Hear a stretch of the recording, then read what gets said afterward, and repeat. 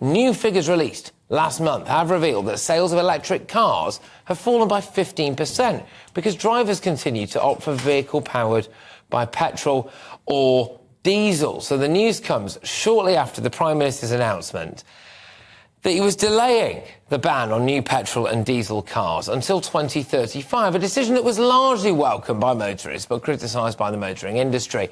OK, so is this just people in a capitalist society voting with their wallets and saying, you know what, I've been given a choice about what I want to buy, I'm not buying the electric cars, and frankly, is that why they're trying to force you to get them? Danny Kelly joins me now, motoring journalist, friend of the show. Danny, thank you very much. Great to have you on.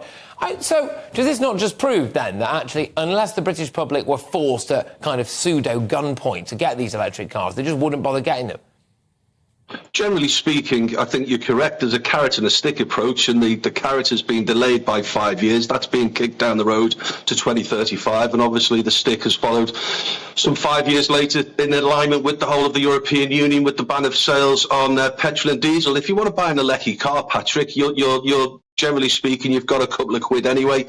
I would say that the overwhelming majority of the new car market don't want to buy electric cars. Whether they've got a few bob or not, basically it's because of the infrastructure when it comes to charging. Only last week we were talking about punch-ups on the forecourt at service stations up and down the country. Moto, which have 49 service stations, Patrick, they're now employing charging, almost policemen, but they're civilians. They're charging marshals to make sure that there's no fury at the electric charging points. A year or so ago, the Daily Mail did a great story that up in Cumbria, there was a 6-hour wait for charging.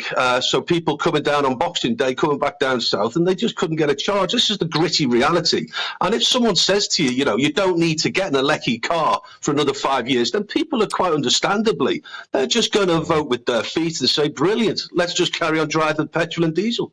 Yeah, 100%. And I just think it makes us much more vulnerable as a nation as well. If everything has to be essentially plugged into the national grid, if the national grid goes down, then we can't go anywhere. You know, I can see huge problems with that in the geopolitical sphere as well.